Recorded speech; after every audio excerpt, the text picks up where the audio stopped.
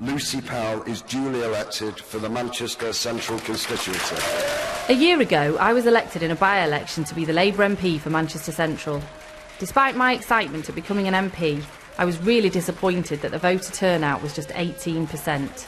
It's the lowest turnout in a by-election since the Second World War. It's an embarrassing record to hold, and one that I decided to do something about.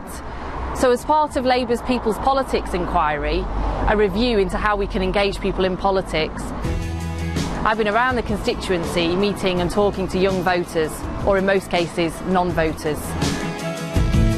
You all right, Hiya? I've been trying to work out why they don't vote. At first they were sceptical about meeting and hearing from me, but what quickly unfolded was a highly political and informed discussion. They were intensely interested and knowledgeable in what was happening in their own communities, as well as national issues. Their views of politicians were familiar. We're all the same. We avoid answering questions, we don't look and sound like them, and we don't understand their lives. Have you ever voted before? Never. Have you ever voted, Billy? I've never voted, no. And why have you never voted? To be honest with you, I don't know, I just never trust the politicians. They just all out for themselves. Do you think I look like a politician? Definitely not. What would a politician look like to you? Old and miserable. Old and miserable. There's nothing to engage with younger people, nothing.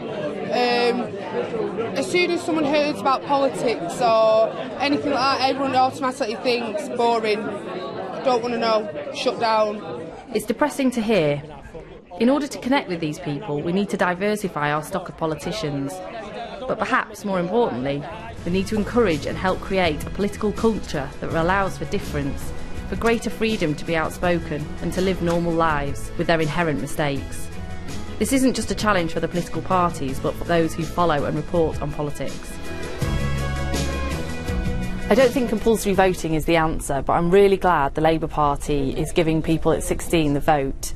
What we've seen in the Scottish referendum campaign is the votes of 16 to 18-year-olds being really sought after, and a general election where the youth vote is as coveted as the pensioner vote could look like a very different general election indeed.